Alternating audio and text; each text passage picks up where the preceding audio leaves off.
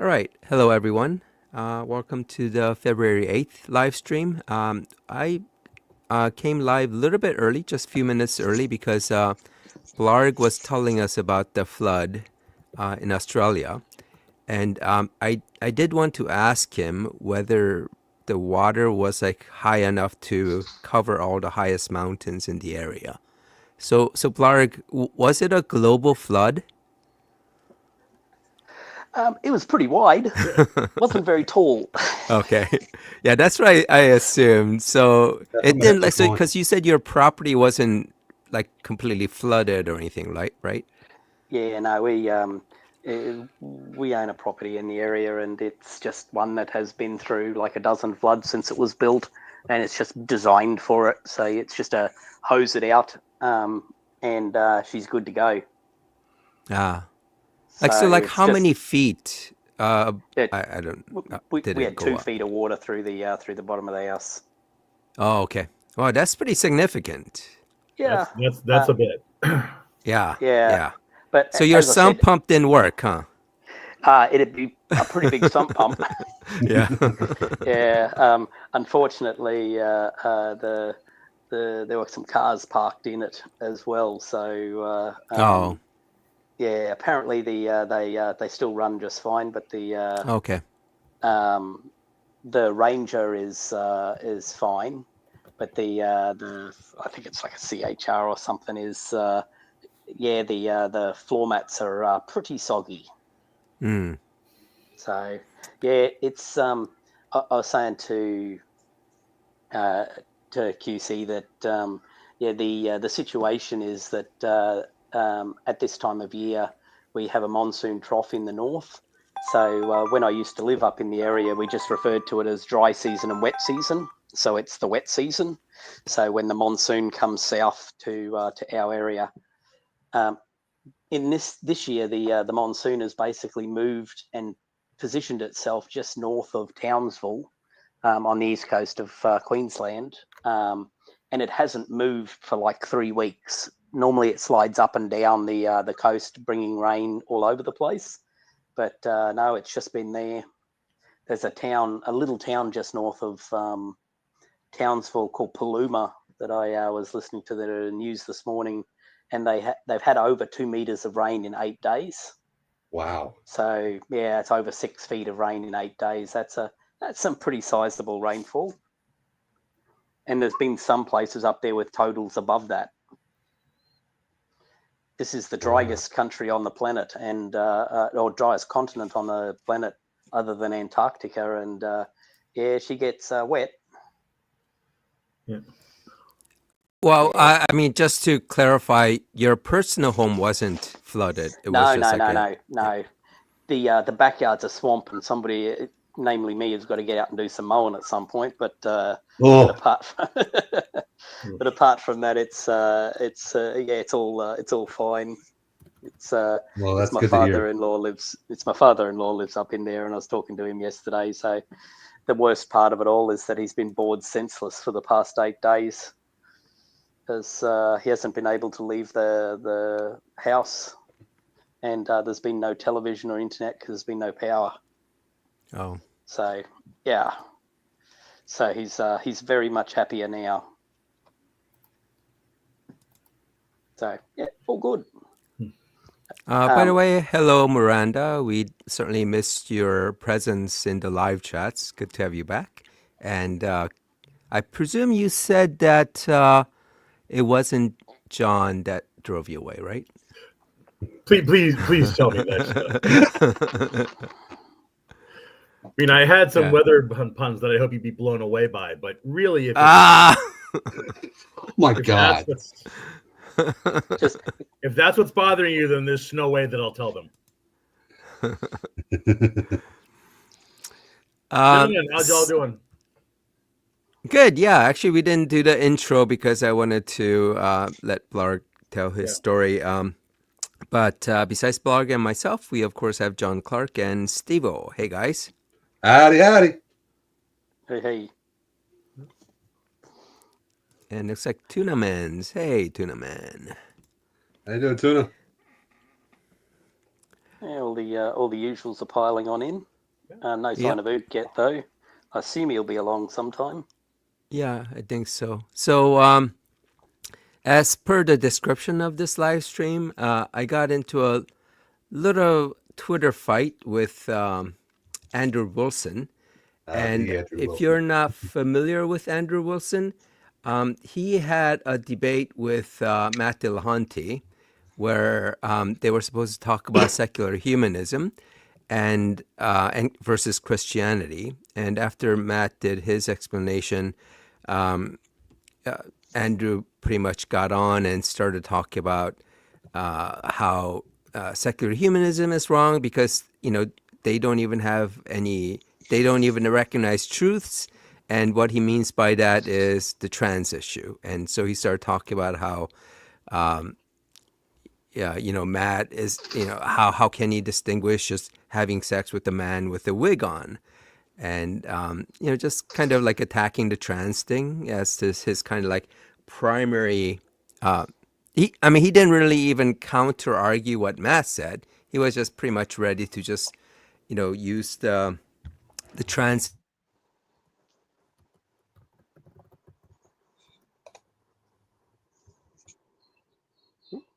Hello? No, Hello? you dropped that on us. Oh, sorry, can you hear me? Yeah, we can hear you you're now. back. Okay.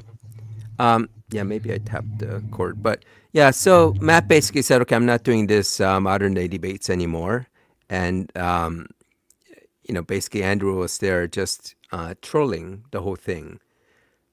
So based on, that's really the only reason I knew Andrew. But then when he kind of incited me. And just FYI, I didn't ask him to come on, and let me just see if I can show what happened. To start off with, what I said was, so there was this modern day debate announcement of an upcoming debate where Andrew is debating Craig, FTFE, Fight the Flat Earth, presumably about flat Earth. And so I said, please stop with platforming of people like Andrew Wilson, based on what I had seen about when he debated Matt. And so this guy asked, hey, what is this? Who is this Andrew Wilson? And I basically said he's an extreme Christian nationalist bigot, and he doesn't have any decent arguments for his beliefs. He just wants to attack social issues. And I said he doxed Matt Dillahunty's partner, Arden Hart, who's trans. And I misremembered. I thought he was the one that doxed Arden, but it was this other guy, Otangelo. And that's kind of what I think eventually got Matt to essentially leave the atheist experience. And so, but I said that, and that's a mistake. And I said when he was supposed to debate Matt on Christianity, he went right into Arden and the whole trans thing, which is what he did. And he's a major troll and not a serious debater. And I also added, just like with Andrew Tate, he gets a lot of followers who are into that toxic masculinity. And then, is this the one? Yeah, so someone actually, yeah. So, and then once I realized that, he wasn't the one, because people were challenging me, and because of my, Twitter name, Challenge Your Beliefs, they like to use that. Kind of like when Florida had the whole Jesus never tapped out, right? So we always kind of poked fun at tapping out. But these, it seems like a lot of the Twitter guys who disagree with me likes to use kind of the, oh, why don't you challenge your beliefs? So anyway, yeah, someone had said he didn't dox, so I did look it up, and I specifically said, okay, I was misinformed when I said he was the one who doxed Arden. It wasn't him, and so I said my sincere apologies, and I was, I figured that's what he was, how he was, yeah. So, yeah, this guy said, hey, he didn't dox it. So I said, how did he not dox Arden? So, that's where I did, look it up.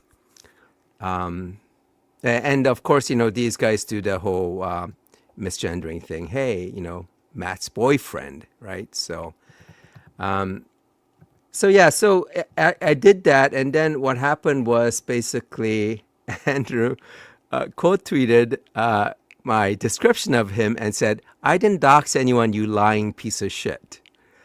And they had kind of a fun about this, like, because I said something that was incorrect. This guy's like going, and I think Chase Haggard might be, maybe I'm thinking of someone else. So, it said, literally left me as a single mother of our quintuplets at 7-Eleven in Nebraska, when we were on our way to move in with our parents in 2017. So I apologize for that as well, because there were extenuating circumstances where I had to do that. And then this guy says, I literally harassed his entire family for weeks on end. We're still recovering. So he said, why would he do such a thing? What a monster. And, I also, kind of fessed up. I am a bit of a monster. So, and why would he do that? What a nutcase. And Chase wanted to get child support payments. So I was like, okay, DM me your address. So this kind of went on. And I have to find out where I think it's in this one. Oh, sorry. I realized that I wasn't sharing the tab. Sorry, this was a tab that I was talking about. I think you guys were man, saying come that. on, What the man. hell is he talking about? Come on, do better, man. You had I one know. job. You had one job. I'm a piece of shit. What can Oh, I no. say?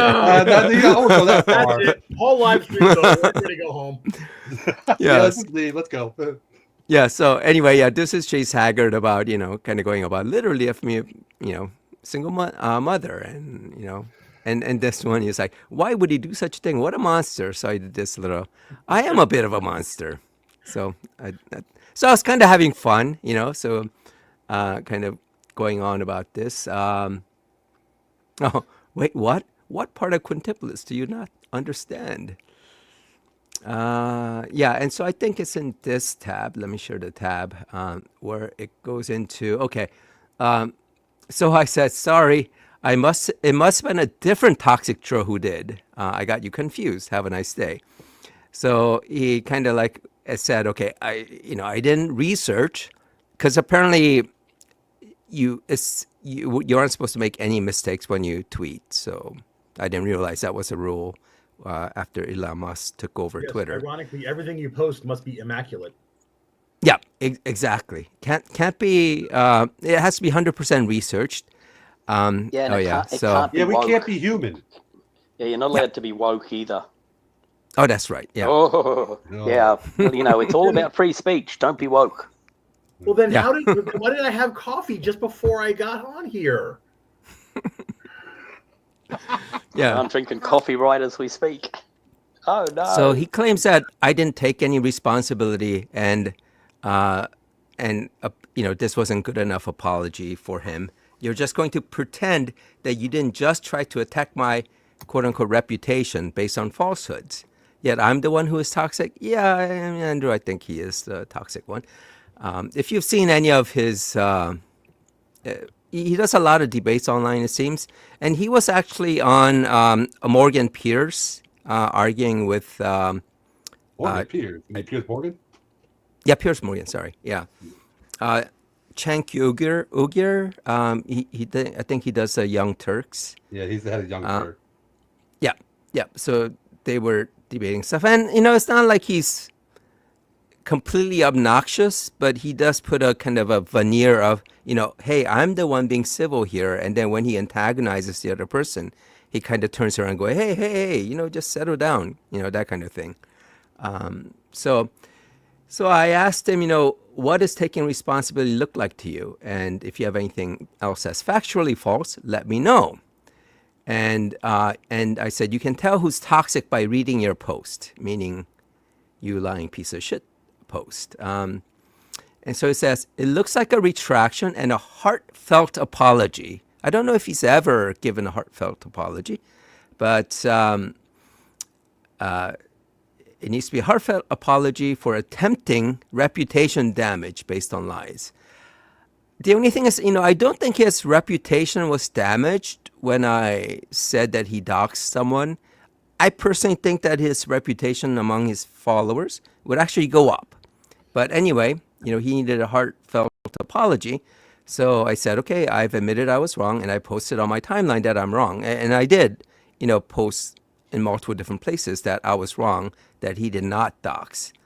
And again, I offer you sincere apologies. Please let me know if anything else is factually wrong, because I don't think any of the other stuff I said was wrong. So he said, sure, how about on your channel, though, so I can go through your stupid accusations one at a time and destroy them publicly. So, I would rather not platform someone like Andrew Wilson. And I said, my stream is for civil discussions, and I'm not sure you can act civilly. But since I'm the one in the wrong here, I would be okay with that. And so I gave him the information on the live stream. He said, sure, we'll go through your claims about me one at a time, and you can give accounting for why you demanded my deplatforming. And what he is talking about is when I said here that when I asked for the modern day debates to stop with the platforming of people, he equates that to me trying to deplatform him. I don't think that's the case. I don't think me, asking another channel to not have a certain guest in their debates, I don't think it's me calling for Andrew to be deplatformed. Well, me? Actually, look, I'd jump in on that and just say, yep, sure. Look, I'm sorry, free speech doesn't mean speech without consequences. You're welcome to say what you want, but the reality is, if you say things that upset people or make you a problem, then accept the consequences, and that may well be that deplatforming is the consequence. You don't get welcomed to places where you might otherwise have been. So shit happens. There's a bunch of misconceptions about what freedom of speech means. First of all, it means that the government does not infringe upon your rights to say things specifically against the government. So it's about government intervention, first of all, at least in the United States. And second of all, you're not allowed to lie. You're not allowed to you're not allowed to libel. You're not allowed to slander.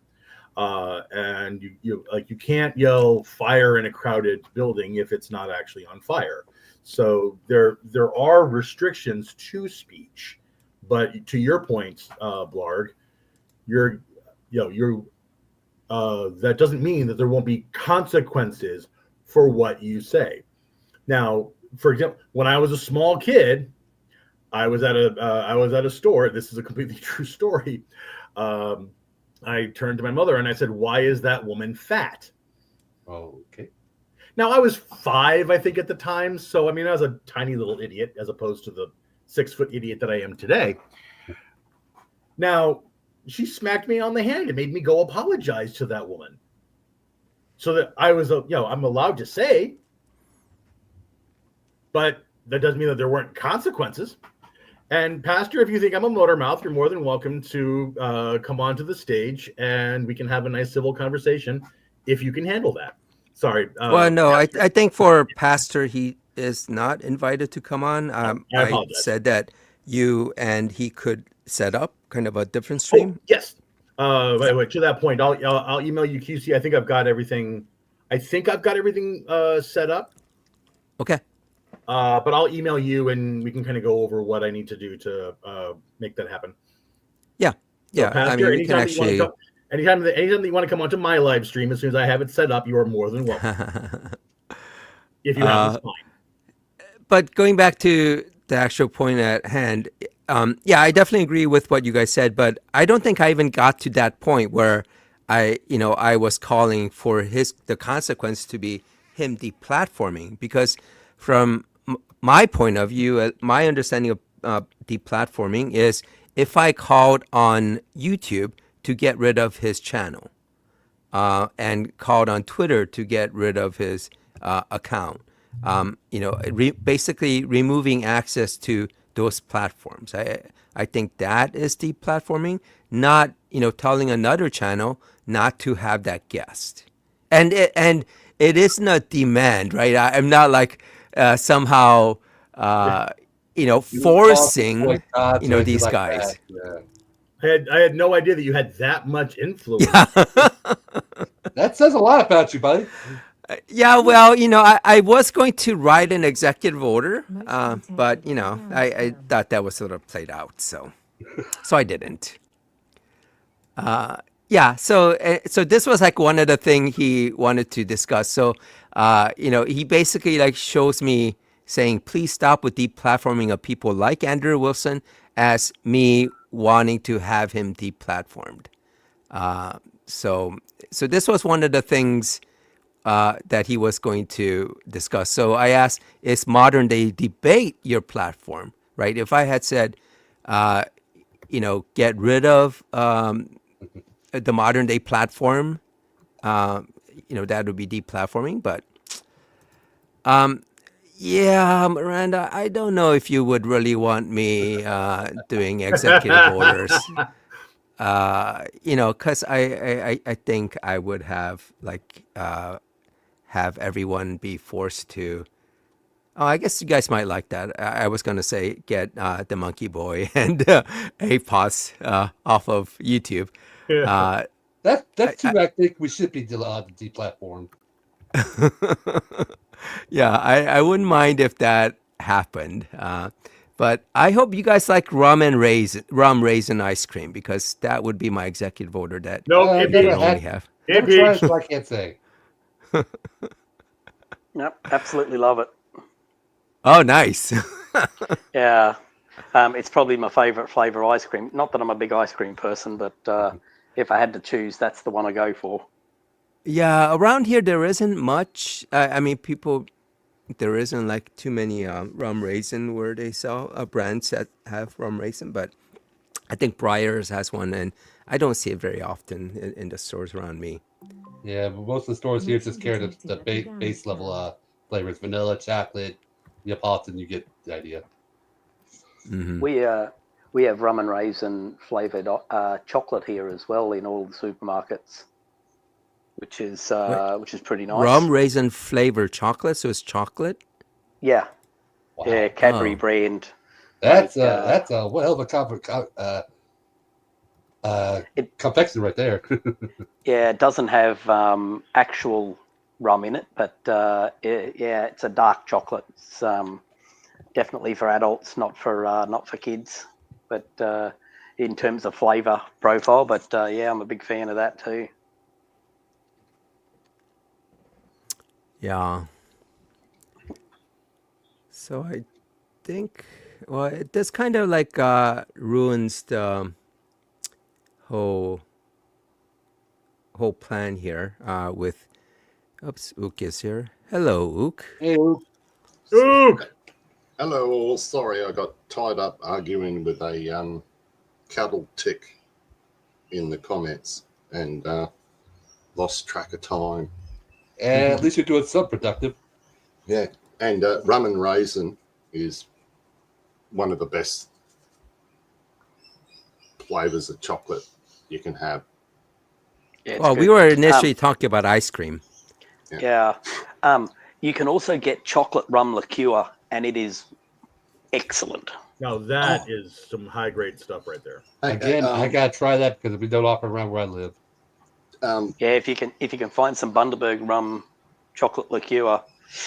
Oh, nice. Yeah.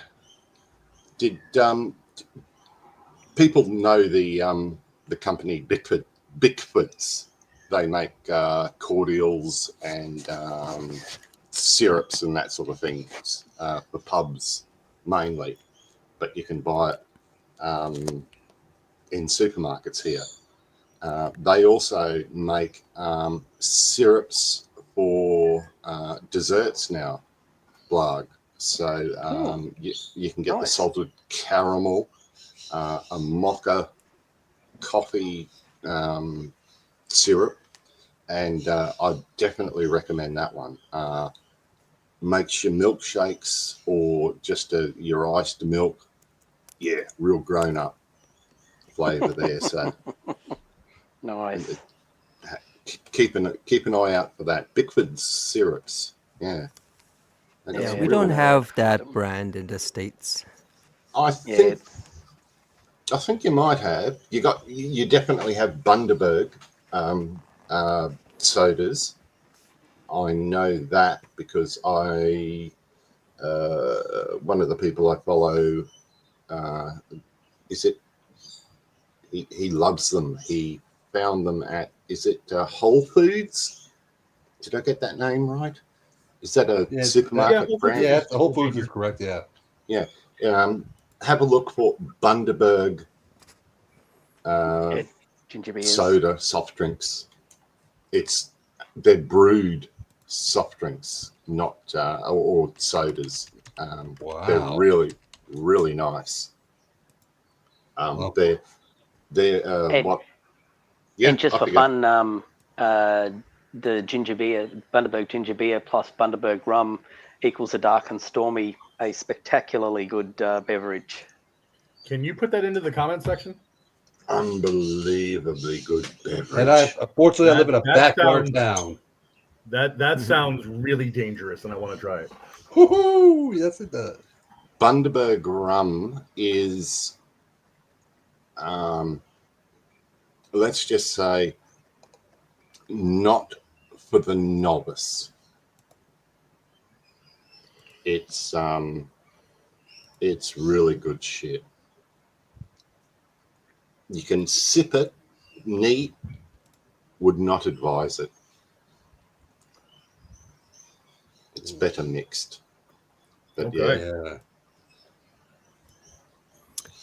yeah. By the way, Dagger of Moses, if you want to, since we don't have our guest on, I can have you come on if you want to discuss with us. Here you go. Be nice to talk to him. I have the link. Yeah, be nice to talk to him again. I encouraged him to drop in and say g'day if he felt like talking. Yeah, he seems to have really been sticking to his word. So bonus. Did I miss the bit where? Well, I was just going to get you caught up. So Andrew Wilson doesn't seem to have shown up. I went kind of through the different tweets, the ones that apparently Miranda is just knocked off the floor. I'm issues. Yeah, I'm sorry, Miranda. I told Miranda that he was going to be here today. No, he was supposed to be here, and I mean, he explicitly said, kind of like demanded that he come on to my channel. And the thing is, like, he has a pretty big channel, and it's kind of weird that he wanted to come to where it's like a couple hundred subscribers. I guess he wanted to basically try to humiliate me, I guess. And what's really funny is, like, his people, and I did say that these guys are like have he has kind of like Andrew Tate type of followers who have toxic masculinity. So here's all his kind of followers responding, claiming that I was getting my feelings hurt, and that's somehow hypocritical for a profile name like yours. And hold on. Dagger's on. Hey, Dagger. How you doing, buddy? Howdy. Good day. Dagger! I've forgotten your name, Dagger, but if you like, Dagger's fine. Yeah, we can just call him Dagger. Yeah. How you doing, young man? Sweet ass. Yeah, so Dagger, let me just kind of finish this part, and then we can have a discussion and talk about whatever you want to talk about. But kind of going back to this, so so they kind of go on my profile name thing, challenge your beliefs. And these guys never challenge their own beliefs, but somehow everyone else has to, or I have to, just because I have it in my profile name. And so he did that, and so they get comments like this, and I get a few of this a lot. And this guy thought that was funny. I guess some people have sort of low sense of anything amuses them. And the other thing I noticed is a lot of the R words from these guys. And that pisses me off royally right there. Yeah. My theory is that they've switched to the R word because they really can't get away with dropping N-bombs anymore. That's about right. I think it's also because, people are getting more sensitive to ableist slurs. So that is just kind of a chance for them to, quote unquote, trigger the libtards, as they would say. Sure. And then this guy is saying, okay, I want him deplatformed, but Lawrence Krauss, a sex offender, can stay. I mean, I'm not like here. Again, I don't have executive order powers. I know Miranda wants to give me that power, but I don't have that power. I don't get to say, Lawrence Krauss, you must be deplatformed because whatever he did, right? You didn't say anything about Lawrence Krauss. So, I even know who he is. I think he's like a physicist. He is. And of course, the other thing, right? Just saying gay, because apparently playground insults from the 90s are clever. And this is the one I went through. And apparently it's a non sequitur. And he makes a non sequitur response about the supposed non sequitur about Islamist threats. I didn't bother. And another challenger beliefs thing. Do you not like free speech? Again, not understanding what free speech means. Shut up, bitch. Why the fuck did Andrew do? He didn't show up. That's what he did. But yeah, so there's I really wanted to ask him how many false teeth he has. Why? Because honestly, talking the way I watched a couple of his debates, a couple of his videos, and if I spoke to someone like that in the street in Australia, I'd have even less teeth than I have now. That shit just doesn't fly. He's an obnoxious, willfully insulting. I was going to use, fuck it, cunt.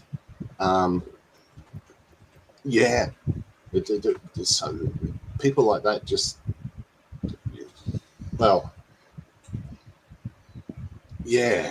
we did a while. They don't walk around in public sprouting that sort of shit and not get their bell rung. Yeah, I mentioned this earlier. His tactic definitely is to rile the other person, to make, put them off balance and take the position that he's the calm one, because he's the instigator. So he seems to like to do that a lot. And all his followers essentially think that means that he's won, that his argument won because he's able to do that. And, this guy's like, and so a lot of these guys are just like assuming that, if Andrew challenges me, I'm just going to run away. And a lot of them are like surprised when I said, okay, I'll have him on. And the reason for me not, being quote unquote afraid of someone like that is like, when I hear his arguments, it's just as bad as all the other arguments that you see in the YouTube comments. This guy just kind of strawmans and just posts non sequiturs, and he's not making any logical arguments. So, I had no issues with, addressing someone like that. So this guy's like saying, I somehow refuse to challenge my beliefs. I'm completely open to people challenging my beliefs as long as they come with the facts or, coherent argument. And if I'm wrong, I will admit that I'm wrong. Oh, sorry, I think Dagger left. Sorry about that, Dagger. I didn't know you couldn't stay. So, yeah, okay.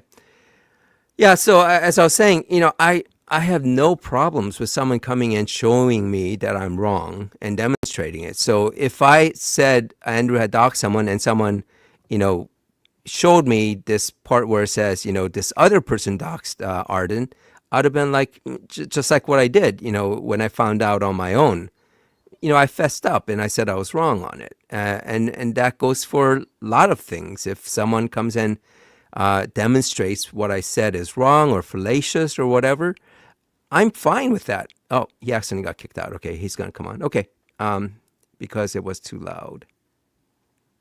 Okay, yeah, we'll wait for you, Dagger, and when you get on, we can switch the discussion because I think I've gone on long enough about this. Yeah, I wanted to know whether Blogs how many crocs and snakes he's had to shoo off his veranda. Yeah, they couldn't make it up on the veranda. It was a bit too high, but and I think the doors were kept closed. But yeah, no, it's that's just a house I own, not my personal residence that I was talking about. So yeah, that's why if you catch the beginning. So I was just going to say, if you catch the beginning of the stream, yeah, you'll get all the goss. All my personal residents up north were at least 2.2 meters high, and all the PowerPoints downstairs were at shoulder height. Well, that's basically the same arrangement of this place, so you can just hose it out when you're done. Yeah, last thing you want in a flood is a fire. And it happens so often.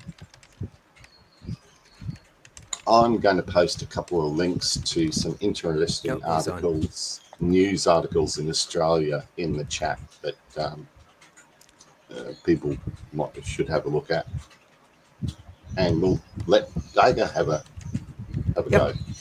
Yeah, so Dagger, let's start by having you introduce yourself. Obviously, we're not asking you to say anything that might dox you, but if you could just give a little bit of introduction. And for those of you that might not know Dagger, he was basically, I don't mean to make it sound really bad, but he was kind of trolling, doing the Christian trolling thing for a while, where it was kind of constantly sort of, I think maybe, I'm not sure if he was spamming verses, but it was definitely kind of Christian trolling. And also he, kept on kind of bringing up his personal issues where we did tell him that this wasn't the forum, the AXP YouTube comments wasn't the forum. No, I thought that was a different guy named Thunderbolt. Oh, is that right? Oh, I'm sorry. I apologize. See, I am wrong again. I am a piece of shit. You oh my help, God. Man. You need help. Tighten up, man. Oh my How God. can you be making this many mistakes, man? The thing I will say is that guy, I don't even know what he's saying is true, because I posted a personal issue on here once.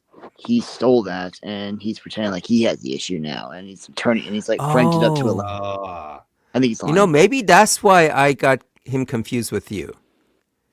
But yeah, then I have you wrong. So, but you are from the YouTube comments, and you express interest in coming on. So go, so let me turn it over to you. Why don't you give us a little bit of introduction of yourself and, your beliefs. But you are the one who kind of trolled us for a while, right? Yeah. Yeah. Okay. Yeah. Go ahead. Hey, I don't do it anymore. I haven't done it for some time, but it was that you were mainly didn't like liberals, and you were drawn to the conservative side of American politics and that sort of thing. Oh, that part hasn't. That part has not changed, honestly. Yeah. And you're, if I remember correctly, you're going back to school and having a few problems socially and all that. And last time you were on, we sort of encourage you to try and find a therapist and help out. And if you needed to chat, come back to us, which I'm glad you have. So, yeah, man, welcome back. Hello. Anyway, yeah, I am going back to school. It's going pretty dang well too. Good for you then. What? Good for you, buddy. Nice. Lowest grade is 70, and that's only because I bombed a test. But if I looked at there's like a way to tell how well other people did. I still scored better than 20% of people, and they all failed the test too. Well, no, 80%. 80% of people fail the test. Okay, that's good. At least that's good that 80% of people fail a person's test. No, I'm saying you did good because you managed to pass. Yeah. Well, so Dagger, let me just a little bit of advice. Don't compare yourself to other people. Kind of focus on yourself, on your own your own goals and your own performance. It doesn't matter if everyone did better than you or if everyone did worse than you. As long as you are, satisfied with the outcome. So, so besides being conservative, what's kind of when your religious journey? I'm not really sure yet. I mean, I joined a new church. I'm going to see how that goes, though. What has been your background like when you grew up? I presume you grew up Christian. Yeah, very lukewarm, though. It was like, you ever heard of easy believism? That was that.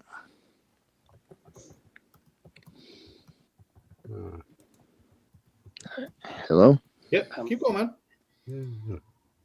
That's it. I mean, there's not much more to say. It's easy believism.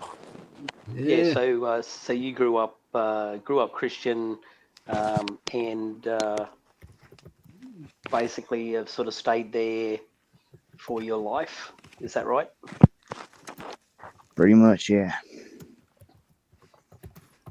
And so, are you a Christian kind of because you've been kind of taught to be a Christian from since you were a child? Yeah. But at the same time, that's most people. I mean, I admit if I was born in Saudi Arabia or whatever, I'd probably end up Muslim. Yep. Well, that's for some people. Yeah, it's like that. I grew up in kind of a mix. But my dad was not religious, but my mom was strictly Catholic, and she wanted me and my brother to be Catholic. But as I grew up and got older, became more understanding the world, my views have changed over time. That I'm no longer religious and take more of a secular, fact-based view of the world. Yeah, and I'm gonna ask you a few questions about other people who I've seen on there. What's your opinion on the other guys like Jim Castleberry? Even though that's not his name, I actually found out. You don't even want to go there. Well, there's also the Nep guy who I don't know who that is. Worst of the worst. Yeah. Well, but he's gone. I haven't seen him for a while. Nah, he pops in occasionally, like spams the whole pile, and then he's gone again for another week or two. So my going hypothesis with Neppy, and I'm half serious about this, is I think he is on some kind of medication, but he can't afford to keep the medication going on a consistent basis, or for whatever reason it runs out, he stops taking it, because then he'll go on these binging sprees where he'll just post, where he's clearly delusional and he becomes increasingly more unhinged. So my theory with him is that he gets back on the meds, he takes them for a while, and then for one reason or another is off of the meds. That's in those time frames when he's off the meds, that's when he does all of those truly outrageous spamming and postings. Yeah, Dagger. I was just going to give you a little background on Neppy when you do see him. He's got multiple accounts and he's had 50 or 60 accounts over the years at least. That many? I didn't know that. Back, Wow. Yeah, back before about 2 years ago, YouTube used to actually enforce its terms of use conditions. And the sort of things that you see in the comments section, like the constant insults and calling people pedos and groomers and all that would have got your account suspended. But now it's pretty well, you can say anything you want and it doesn't really do anything. So that's kind of slowed down, but that's why he's gone through so many accounts. Mm-hmm. But he's and the fact is we know him extremely well because over the years he's used his real name in some of the accounts he's had. So we know he's gone to jail for gone to jail on 2 occasions for significant lengths of time for fraud and grand larceny and what's the other one? He Medicare fraud. Yeah, fraud. Oh, Yeah. He was a chiropractor who he's as crooked as you'll get, and just lies continuously. So he's a sort of a pathological liar and absolute narcissist. So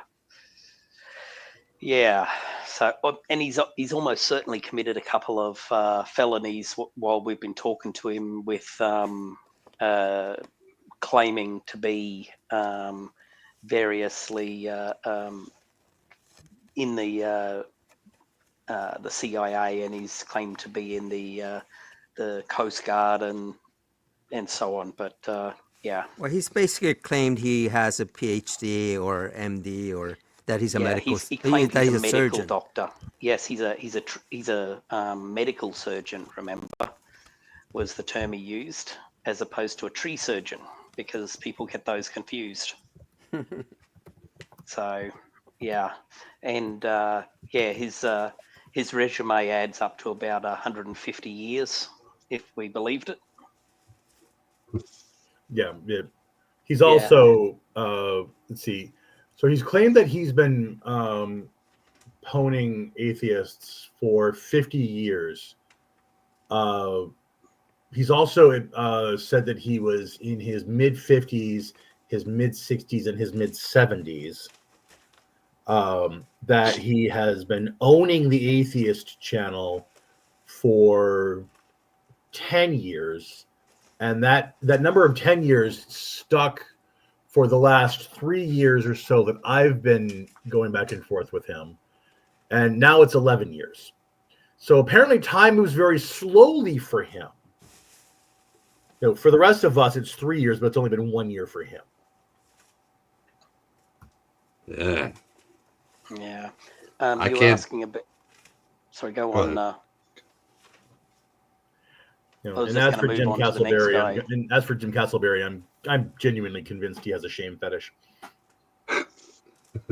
Yeah, he's one of the most toxic ones. Basically, you'll never get any honest conversation out of him. The best you ever get is, "I'm not a liar, you're a liar," and that's about where it goes. That's it. That's all you get.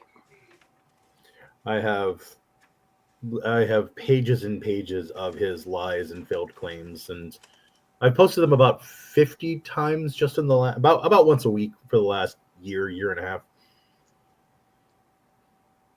And looks like Dagger has gone backstage again.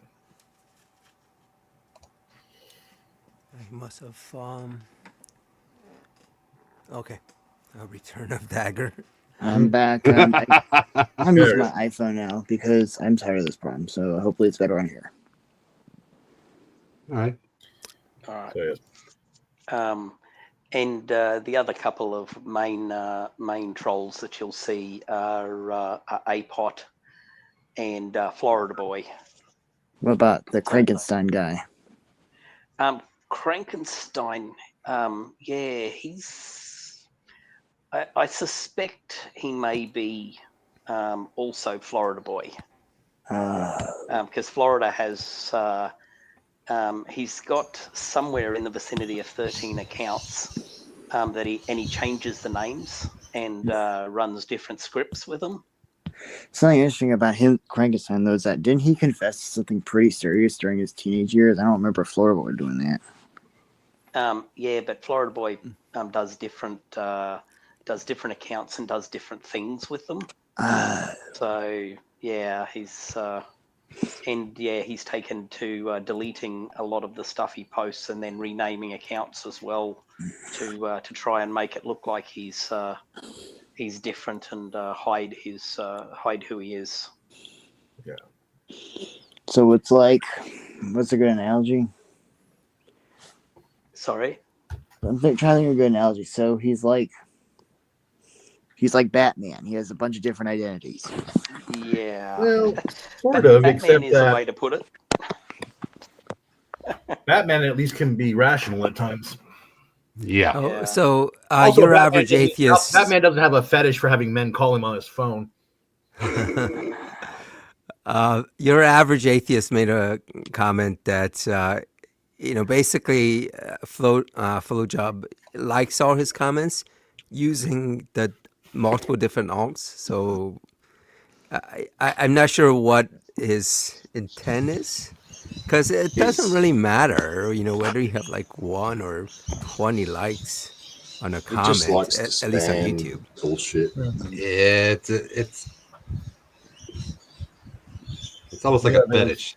When it Same comes thing with to Damien Kenny.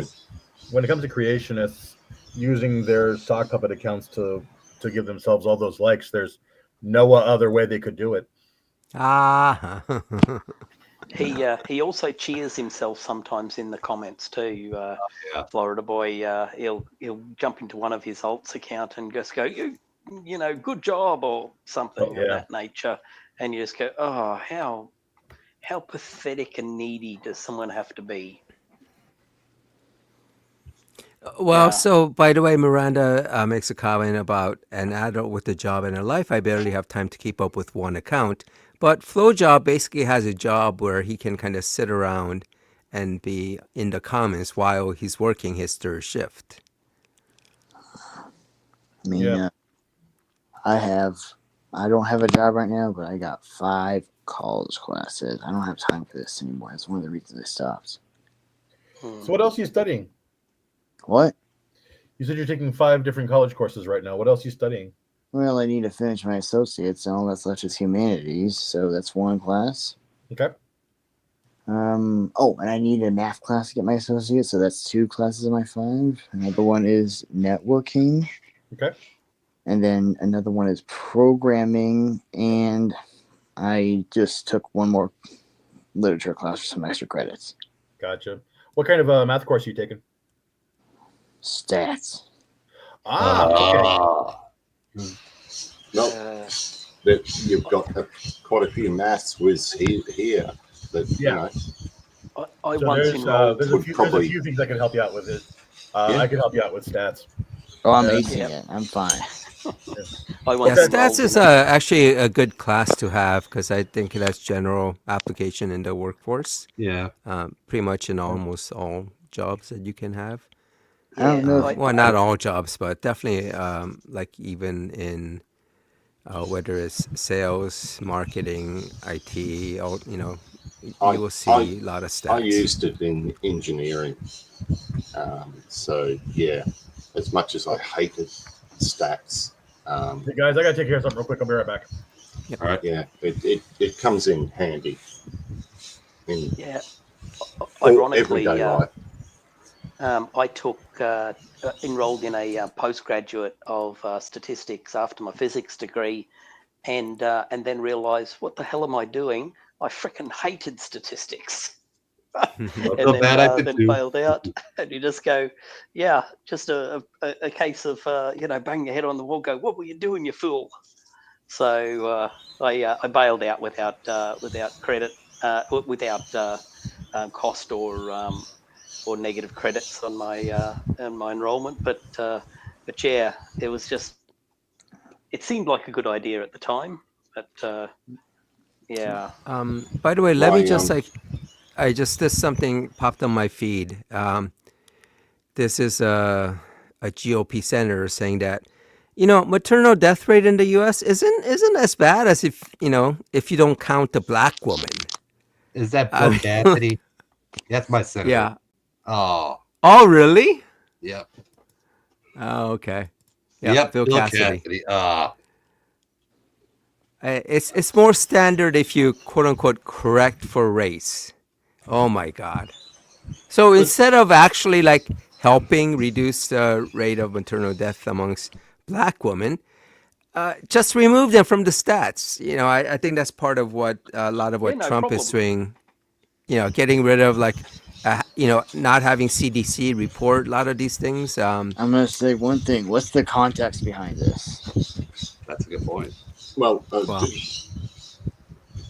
what does it change? It assumes.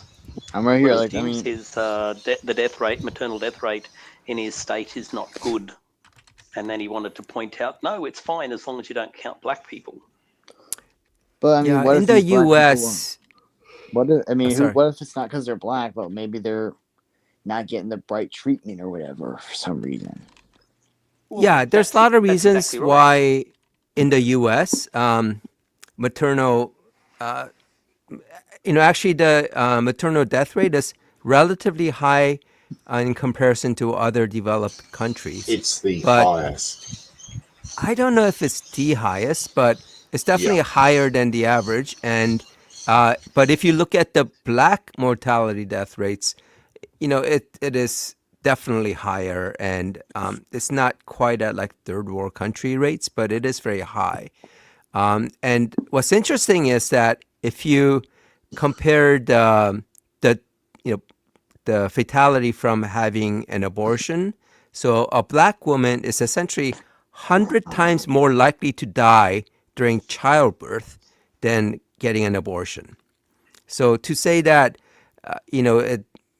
delivering a baby and just having it adopted, it's not the same thing for a black woman as it is for a white woman, at least in the U.S. It's down to lack of universal health care, regardless of race. In America, you don't have the health care. It does, there is kind of that socioeconomic impact, just because, minorities are definitely less well off than whites.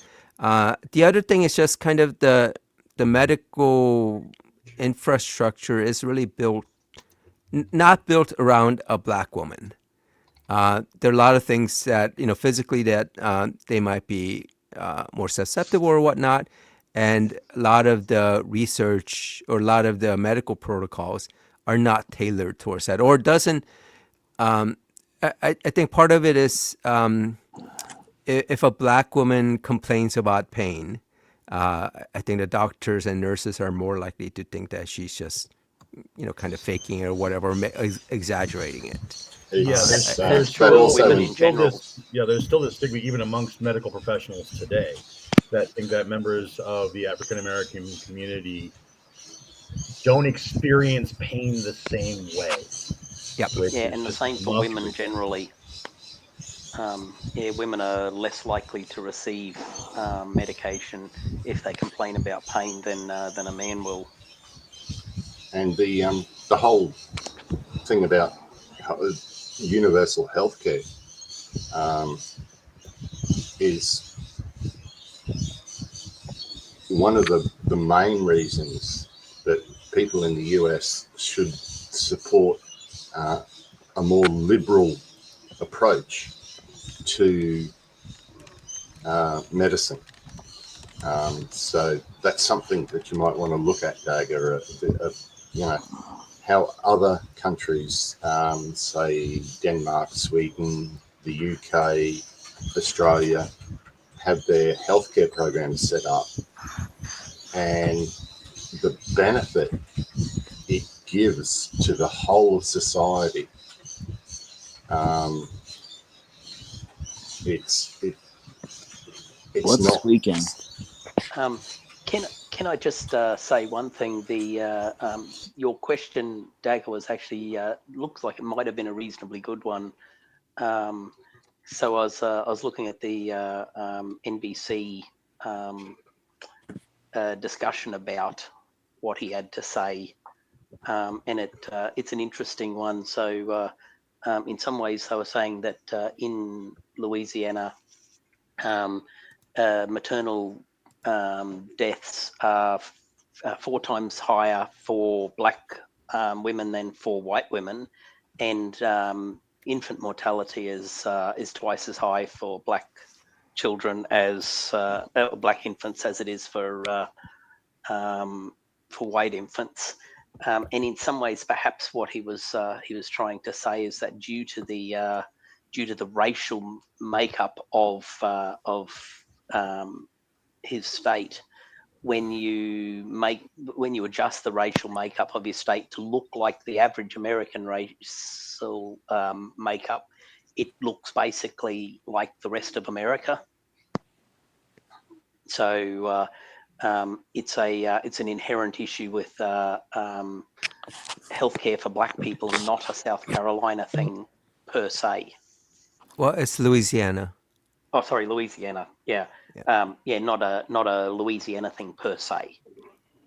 So statistically, he's probably right? He could well be right. It just it doesn't come off very well. It kind of makes it sound really odd. It sounds horrible. And I do want to point out another one of his Johnism. People are good at statistics. People who are good at statistics are really mean. LOL. Damn you, John.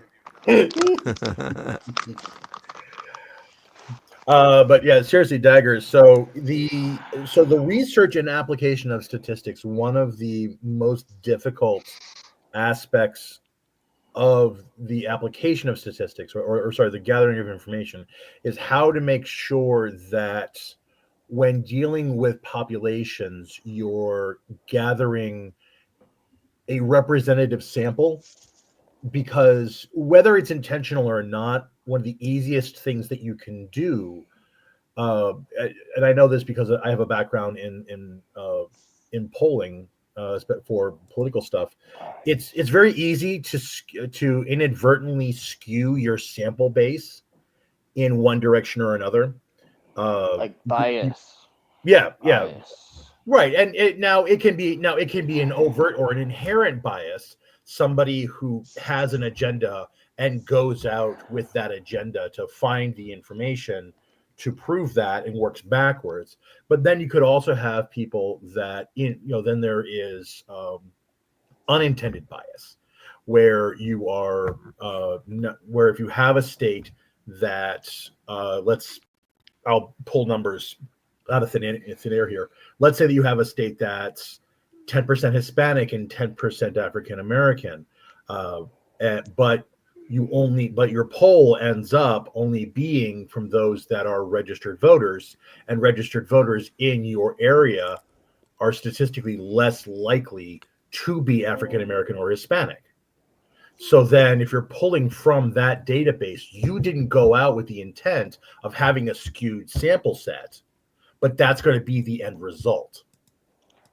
And so the only thing, at least back to this Louisiana thing, is that he didn't even look at the data.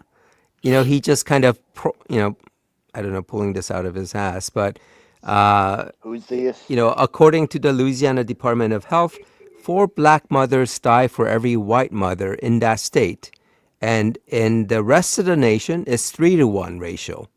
So yes, the state is doing worse. Yep. And so it just makes me feel bad for my state. Well, you don't need to feel bad about it. It's these, the people who run the state should feel bad about it. Yeah, at least they should focus on it to kind of figure out what's going on. The problem is my state revolves around New Orleans, and that's about it. You got to make it's the definitely diligence these days in making sure that we hold elected officials accountable. And when we see people trying to get away with using alternative facts, that we call them out on it. Especially those that are in the public eye. Any kind of political figure, any kind of media figure. Certainly, the current administration is counting on being able to just say 100 outlandish things and just get people tired so that they're able to get away with whatever they want. Out of curiosity, how do you all feel about this is kind of old news now. It's old in America. We have such short attention spans here. Brian Thompson, that guy. So tell us a little bit about who Brian Thompson is, so that way folks that are outside of the United States can be a part of the CEO who got shot. Yes, that one.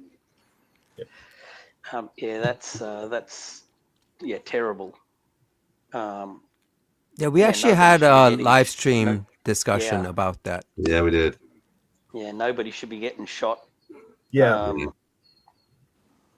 That's wrong. But on the other side of the equation, they really should be doing a better job on behalf of their customers. So not that that I was one of the customers that he screwed over. So yeah, that's what happens when people feel desperate. And part of the irony of the situation is in America. There's a legal requirement for companies to basically screw over their customers to maximize their profits. You don't maximize profits by saying yes as an insurance company. So it's baked into the legal requirements that they behave this way, and you just go, that's just terrible. Yeah, the fact that they have to have a fiduciary duty to their investors and all that. Yeah, because there was that case with was it Craigslist? Got sold to. I was gonna say one of the big social media companies bought it and said that they would keep the idea of the company going, but immediately ditched all of that, and anyhow he sued, and they're saying, well, no, the law says that they have to behave this way, and you weren't doing it right. So he lost. So yeah, the short answer is that how Luigi, what was his name? Mangione. Yeah, Luigi Mangione. How Luigi Mangione went about dealing with his grievance, was illegal, was wrong. I will say though that he forced to the surface, at least for a couple of weeks, the topic of conversation about putting profits before people. So I don't believe that the ends justified the means here. But at least it was a topic for a little while. Yeah. I don't like corrupt CEOs. I've dealt with them a lot, and they really destroy them. Well, nobody does, but it's the fact that he took such extreme measures that I think was the most shocking thing. Yeah, I see. I don't want people who are mad at me to be able to just randomly come up on the street and shoot me in the face. So I'm not, and believe me, there are some people out there that might have a legitimate claim to do that, but I'm not going to, since I don't want that happening to me, I'm not going to endorse that happening to somebody else. Does that make sense, Dagger? Yeah. Like I say, he could have been a vile, garbage human being. Maybe he was, maybe he wasn't. I don't know. But I'm not going to endorse that kind of behavior. What if it was Putin? Say again? What if it was Putin? Same goes.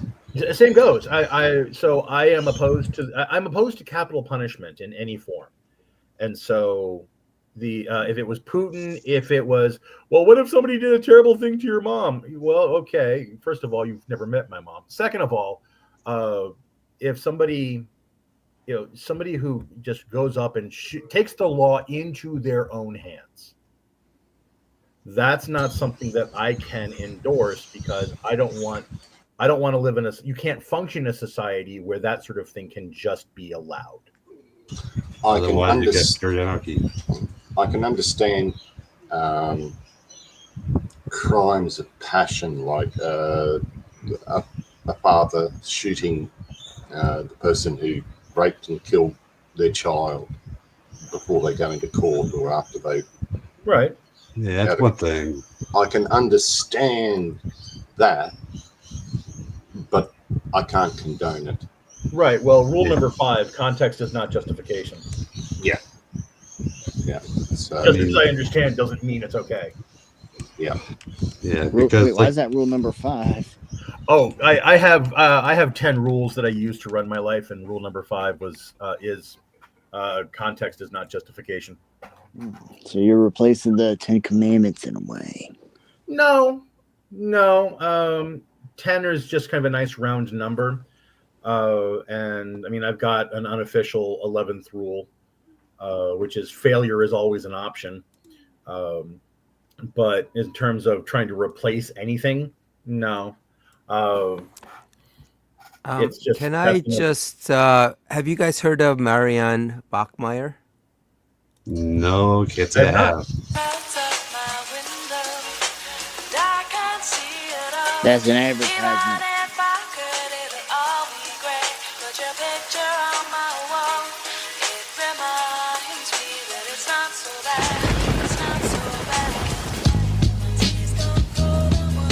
So she basically shot her daughter's rapist in court.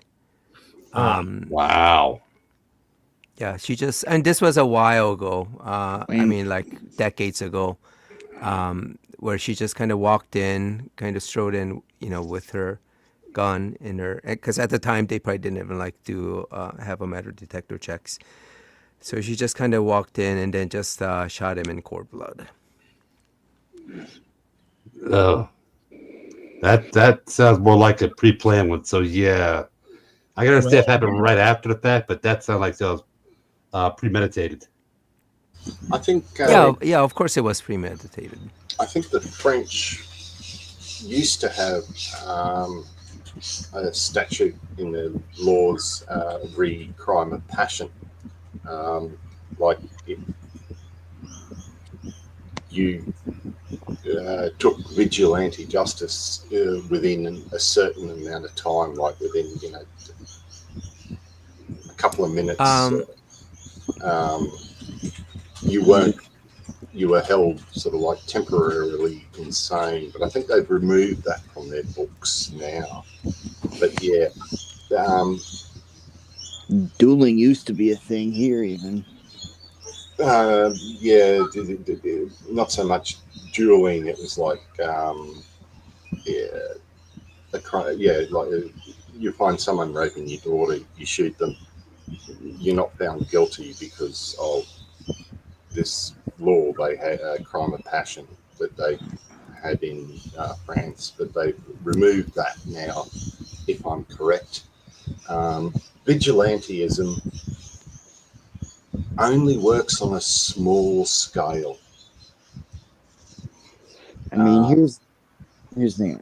If I can get a little tiny bit personal, I would say I was sexually assaulted by somebody. Once somebody came up to me and they squeezed my nuts really hard. For a long time, I wanted to do vigilante justice on that, but then I realized it wasn't worth going to jail for. Yeah. You got to work out. It's like if you had once they let go, put their head into a wall or something like that. Yeah, I wouldn't fault you for that.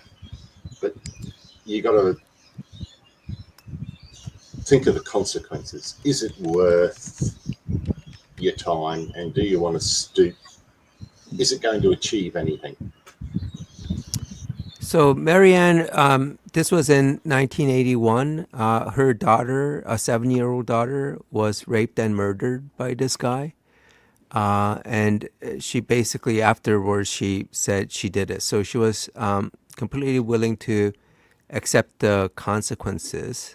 She was convicted of manslaughter and sentenced to 6 years and released on probation after 3. And she went abroad, but she died at the age of 46 from pancreatic cancer. Not sure if she had the diagnosis before that. Probably not. But yeah, she was definitely willing to accept the consequences. Yeah, there are absolutely things that may cause me to behave in ways that are outside of my character, but I also accept the fact that if I engage in those behaviors, then I accept the consequences for my actions, including jail time. Sure, absolutely. So I'm not saying that is the right thing, right? Because you don't want to have people willing to kill others. No. Yeah, the action can be wrong. Yeah, and there might be, and again, maybe your brain snaps if it's a crime of passion, if you're defending a family member and something goes sideways. There's still consequences for those actions. There are still reasons why those actions, do fall outside of what's permissible by law. What I'm saying is that if you're going to do something, be prepared to accept the consequences for those actions. So let me actually bring up this other topic. So what's his name? The guy who used to be one of the hosts at the AXP, Carol? One thing, I got to leave in 10 minutes because I have some work to do. Oh, okay. Yeah, so then why don't I give you some time while I look this up? If you want to discuss anything. Actually, one thing I do want to say, you don't have to keep posting that you're sorry for, trolling in the past. I only did it twice. Okay, all right. I thought you did it more than once for some reason. Yeah, but yeah, you don't have to. I mean, most people probably don't even remember or whatnot. But yeah. I guess I can share why I stopped trolling. Well, yeah, that'd be good. I would love to hear that.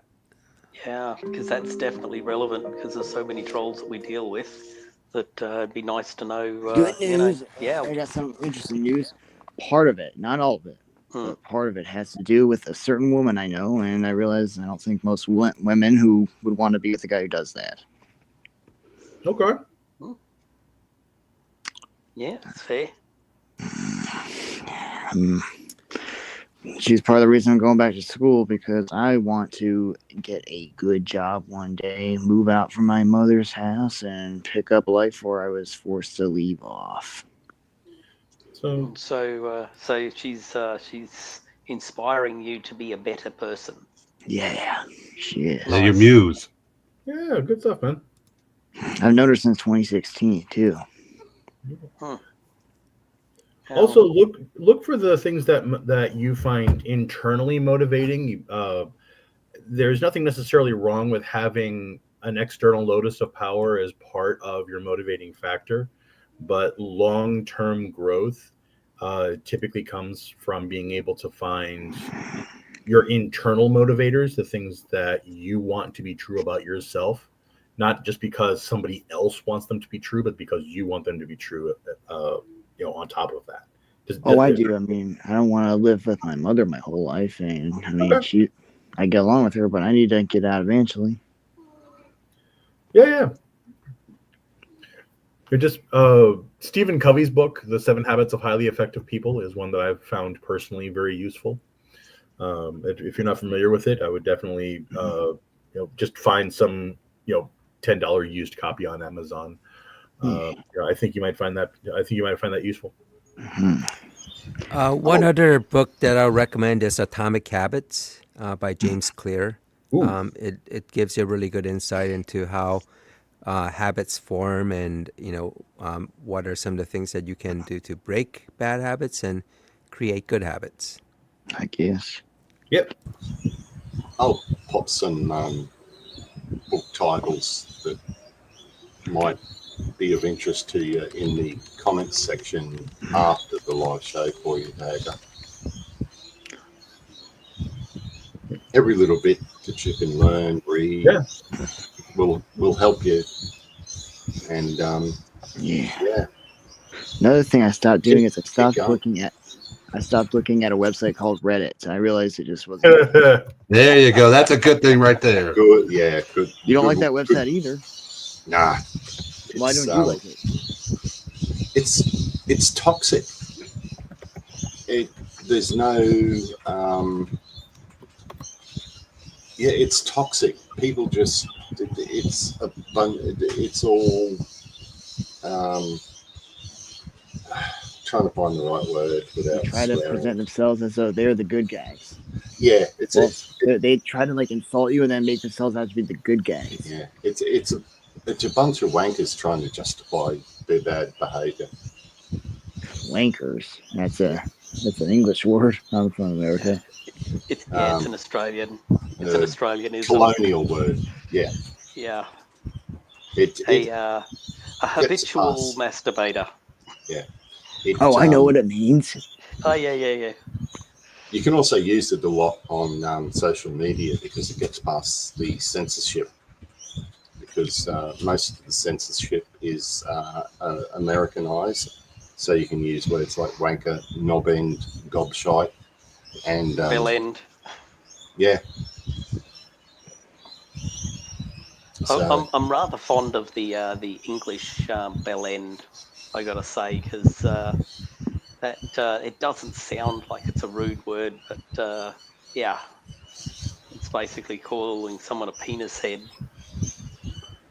What about if you want to have fun, Dagger, look up Cockney rhyming slang and what a merchant banker means or a Berkeley hunt. They're just really good words to throw at people online, just to basically insult them without getting a censorship strike. Hey, Ook. Yeah. We're trying to discourage this fella from trolling, mate. Don't all right. try and talk him back into it. I gotta get going, and here's to wish you luck. Wish me luck, and also wish me luck in having the courage to finally ask that woman out, even though I've been too cowardly to do it for almost a decade. Well, let me put it like this: don't delay. If you want this woman bad enough, make the move. Well, don't she lives delay. 800 miles away from me right now. I gotta get money first. I didn't realize that. Wow. Okay. Yeah.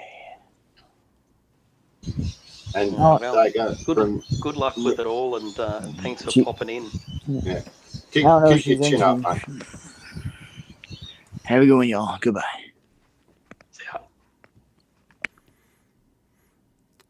Hey, Ook, what's going on in the background when you're talking? There's like creaking noises. It's the lorikeets. Yeah, that's what I was going to guess. They're birds. They're, the umbrella tree is fruiting, and there are other trees fruiting, and they are one of the most beautiful birds in the world, lorikeets. But honestly, just the worst sound. I'd rather live next to an industrial daycare centre than have lorikeets in the backyard. Yeah, nothing like it. It's an Australian thing. Nothing you can do about it. Okay. Yeah, I wasn't sure who that sound was coming from, so I was muting the other guys not speaking, and then it didn't go away. And they're about 200 meters away from where I'm sitting. It gives you an idea of the noise level. And they're all drunk. Yeah. When we complained about you giving us the bird, this is not what we meant. That's about right. I mean, hey, we got lorikeets, we got magpies that will take your eyes out. We've got cassowaries that will kick the shit out of you. Yeah, our bird, bug at the snakes, our birds are enough to drive most people insane. So actually, I did find what I was thinking of, and it was basically Alex O'Connor, who used to be a host on the AXP. and of course Ben Shapiro, who's very famous for talking about how his wife can't get wet. So, and just talking fast so that people think he's smart. yeah, and the thing is, like, I was listening to this, and I was just kind of caught at how bad Ben Shapiro is in logic, but I think it's kind of, you're sort of forced to be bad logically if you're defending the Christian position. So inevitably, that's a given. yeah. So let me play. I liked Alex's argument at the beginning. I haven't watched this whole thing, but I'll just go over his opening argument and then Ben Shapiro's response. And I have this at 1.5 speed. If Ben is talking too fast to understand, I'll put it back to regular speed. But here it goes. But I think still has some truth to it in a sense. It's more of a philosophy of language than it is a philosophy of what good and bad actually is. What I do know, however, is that there are problems, I think, with trying to ground morality in the existence of a God, especially if it's done so on the grounds that it essentially can't be done anywhere else. I mean, as far as I'm concerned, the religions of the world are false. I think that they are incorrect. That is, I don't think there really is a supernatural authority. And what that means is that the inventions of religious morality are just those inventions, and inventions of a human mind. Now, if you have a human morality that recognizes that it is essentially a series of compromises between the history of mankind trying to get along with each other on a planet, then what happens is sometimes these ideas and these philosophies rub up against the real world, and we can adapt them as necessary. Now, there is a deep problem with this, and that is, if I meet a man who wants to kill me, or a friend, and he says that he doesn't believe in God, there's very little I can do to talk him out of that, except I can threaten him with legal sanction, I can threaten him with moral reproach, exclusion from the moral community, but there's not much more I can do. However... So, I mean, he kind of... I don't like the way he phrased it. He kind of make it seem like, there isn't much you can do, except, but there are things, and he's saying that you can kind of appeal to reason, talk about the consequences of how illegal it is, etc. So he gives an explanation that with an atheist, you could try to reason with him. And so now he's going to talk about the Christian, what you can do when a theist murderer comes at you. If a person says that he wants to kill me, and he believes that he wants to kill me because God has told him to do so, then I don't even have that minimal reproach available to me, because there is no law written by any man of any time that could ever count one iota against the dictates of the creator of the universe. Therefore, if that God in fact does not exist, and if these moralities are in fact human inventions, then what you have in the grounding of an ethical system in the dictates, allegedly, of the creator of the universe is all of the arbitrariness and subjectivity and failure and faults of nihilism and human invented morality, with all of the certainty and all of the faith and all of the unanswerability of the creator of the universe. That to me seems a dangerous cocktail that we drink at our peril. So many things. And this is, something that I've argued for a while, that, a theist or, specifically a Christian, they are justifying their own personal beliefs and saying that it's inerrant and it's subjective. And there's really no way to, dispute that, the authority that he thinks he has, because the only way to do it is to disprove God, to show that his God belief is wrong. So I like that argument. And now we can, anyone have any comments? Sorry, I might be going kind of fast. Okay. Yeah, I was just going to add that that's a particularly nice way of looking at it from Alex, but I find he's very good as long as he's not talking about veganism. Things then go off the rails, and he joins the other side of illogicality. But the thing, it's absolutely true, because you get the variation between people who invite gay people into their church. You've got that group of people saying love everybody, and then you've got at the other end of the scale, you've got the likes of the Westboro Baptist Church, and all of them claim that basically they are following God's plan, and their morality is as it should be, and they are incompatible. Yeah, so it's an interesting problem there, that you have this certainty and you just pick whatever you think, and then you've got the certainty that God is backing up what you think. Yeah, so now we have this argument, a pretty clear argument, right? And let's hear what Ben's response to that is. Is there, and so much that you're saying is quite brilliant. I actually thought you were going in a different direction with that last example, which I'll explain in a second. So, yeah, to start with the very beginning, obviously, the idea of right and wrong.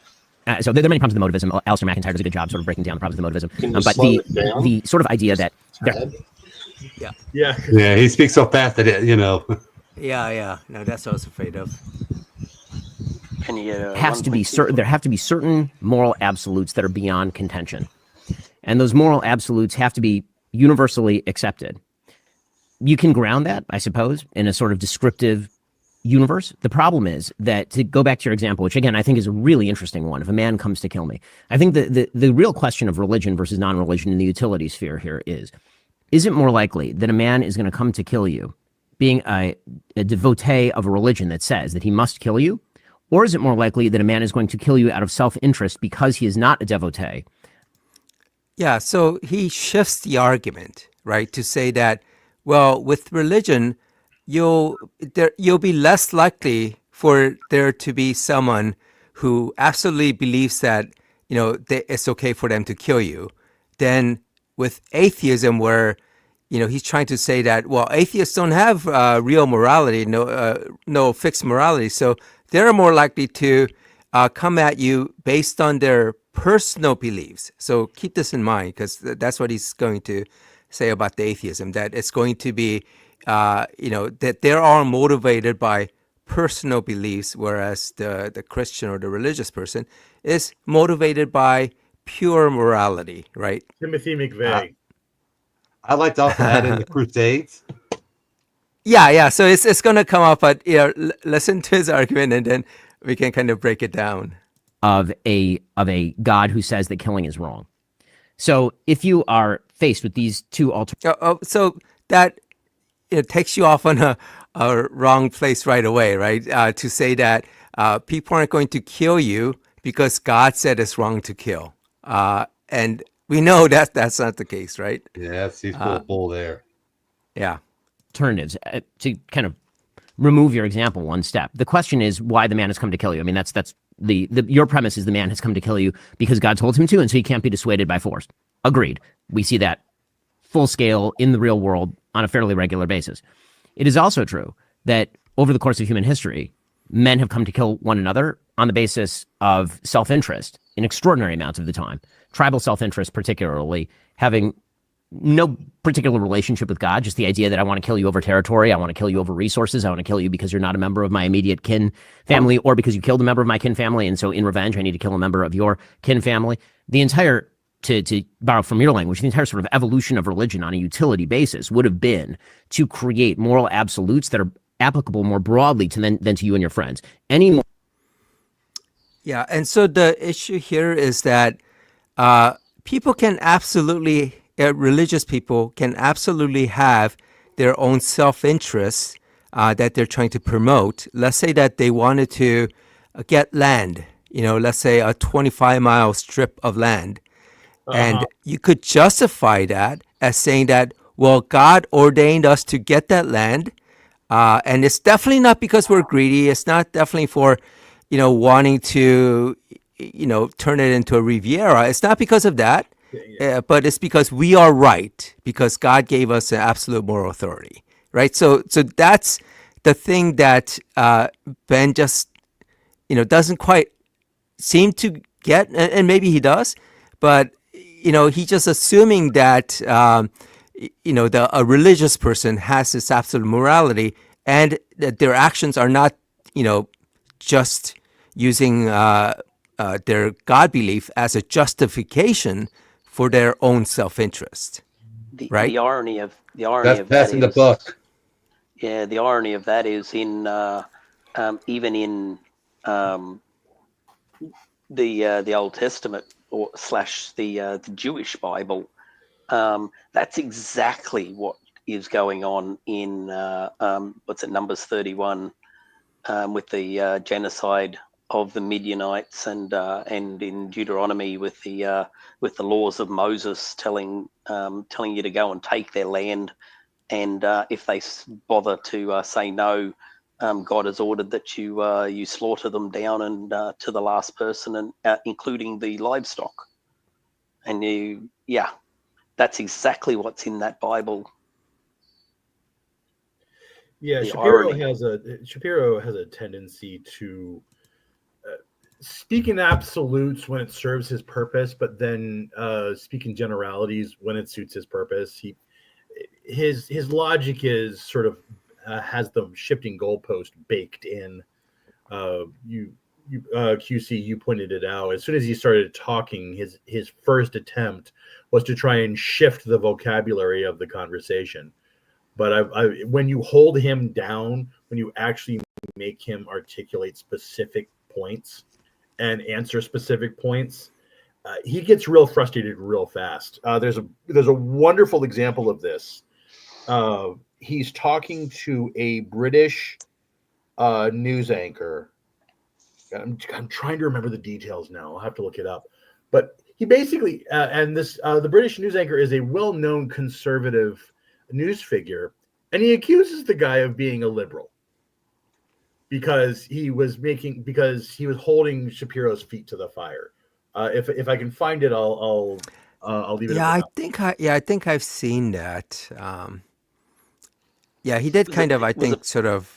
Piers Morgan. No, it wasn't. I don't think so. Yeah, because I'm thinking, wow, that would have been a thing if it was Piers Morgan. He was accused of being. It was. Oh, was it?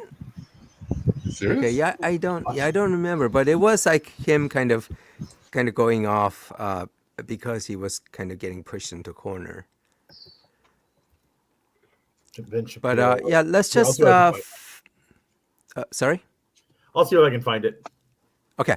All right. Yeah. So let's finish. So I don't think there's much left, at least in this part of the discussion. Morality that can be created on an individual level is inherently dangerous because you can immediately graft that morality onto your personal self-interest. The entire purpose of religion, whether you want to ground that in evolutionary brain functionings or whether you want to ground that in revelation, the entire purpose of religion on a utility level is to remove morality from the purview of my special interest and to say, here are things that I cannot do, even if they are in my interest, because there is a higher power that says I cannot do these things. I think that a society that does not have these moral absolutes is in deep trouble. A society that refuses to say that there are certain absolutes that cannot be crossed under any circumstances that are universally applicable, it reduces things that we all take for granted, like equal justice before the law, like the idea that the law is supposed to equally apply to everybody, whether they're a member of your family or whether they're not. And there are broad cultural differences in these questions. I mean, to pretend that all human societies have equality under law is obviously not true. It's not even remotely true, actually.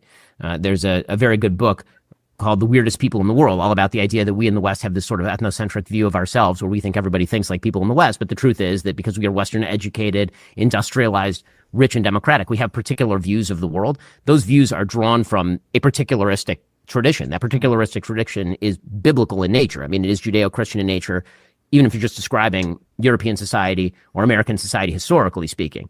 So the kind of removal of God from the equation, your suggestion is that God makes a person impervious to countervailing responses.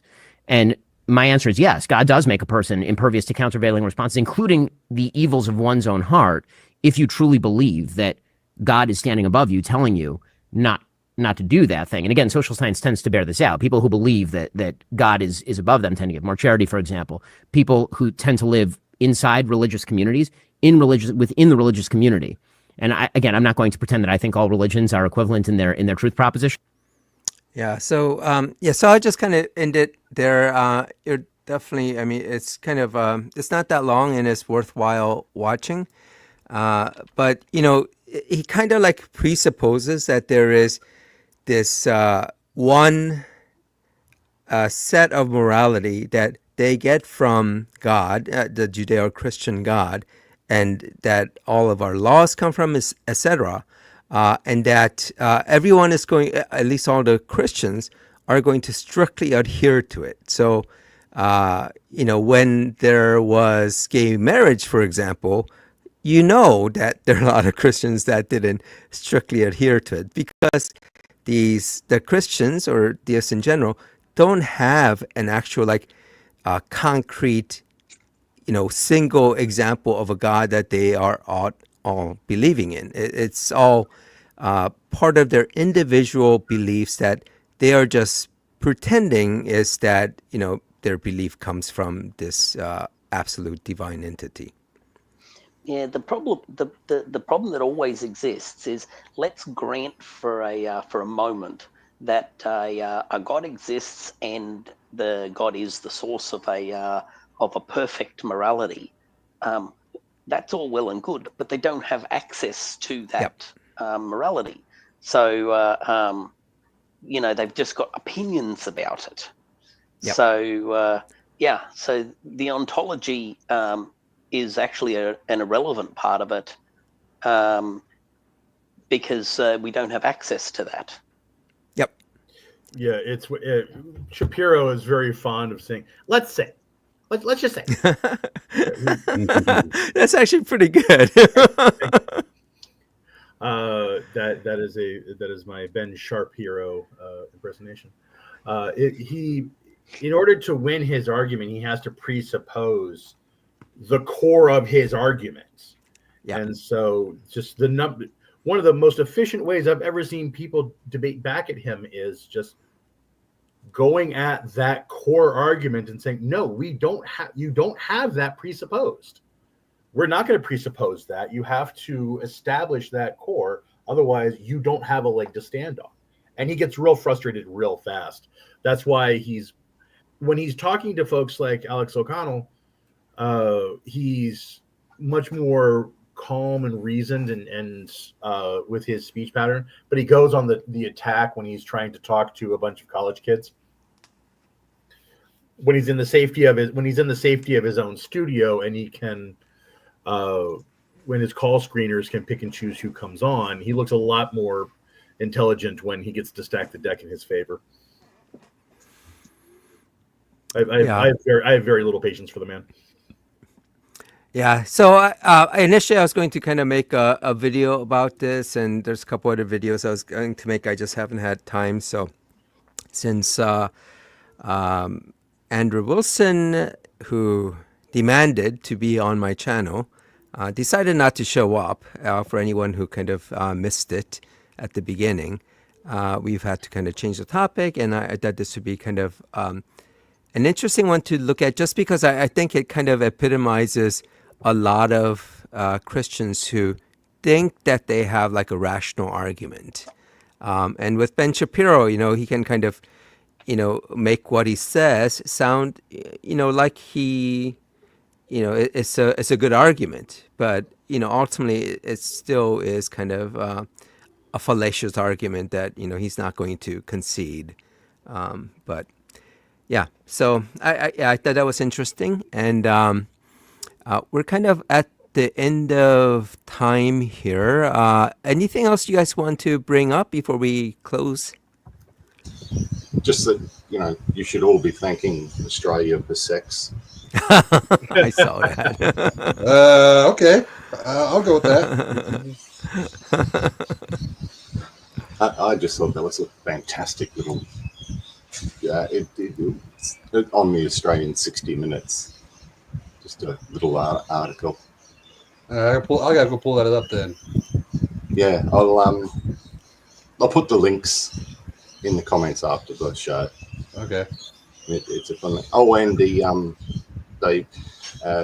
oldest human footprints. They've been covered up for a while, and they uncovered them again just to double check and make sure everything that was still there.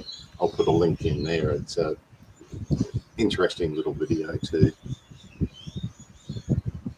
Okay. And that's me. All right. One people. Anyone else? No, probably hogged the stage enough for one video. Yeah, you're good, Lord. All right.